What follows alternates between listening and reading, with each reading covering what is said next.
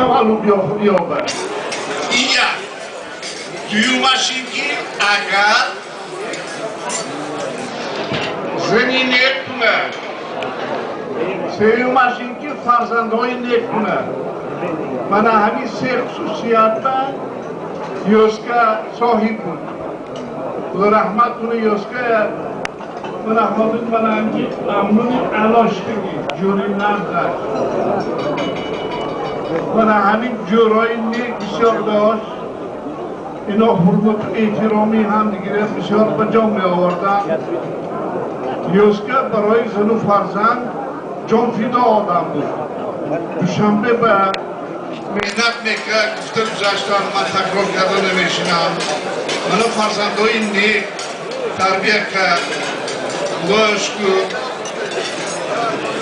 حاضر شمیلکه یک تا گفت زدن همون ایساقه مردگیش کم نبود میگفتن این بسیار که بسیار خدا رحمت کنه ایساق جریمه و یک تا آمده رفت بسیار عجایب آدم بود من همه اصلا این دیومش من این بیچاره یوسکه منهای افتم انچه عذابی بسترد دید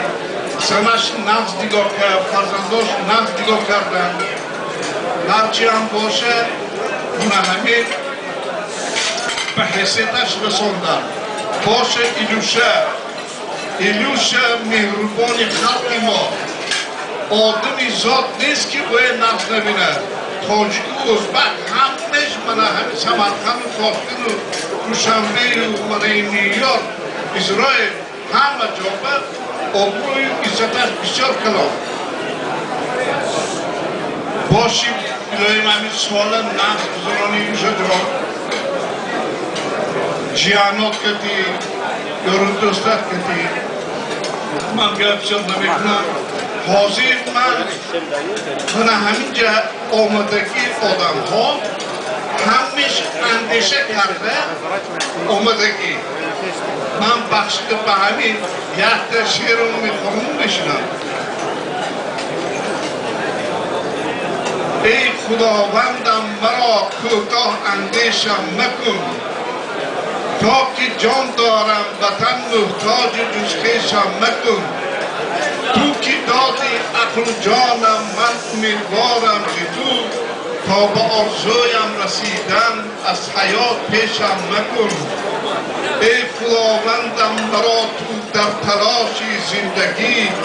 خوب جهانگردم بساز و لیک درویشم مکن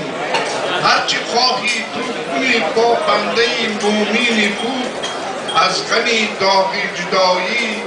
لیک دلریشم مکن ای خداوندم و تو دارم بزرگ من اعتقاد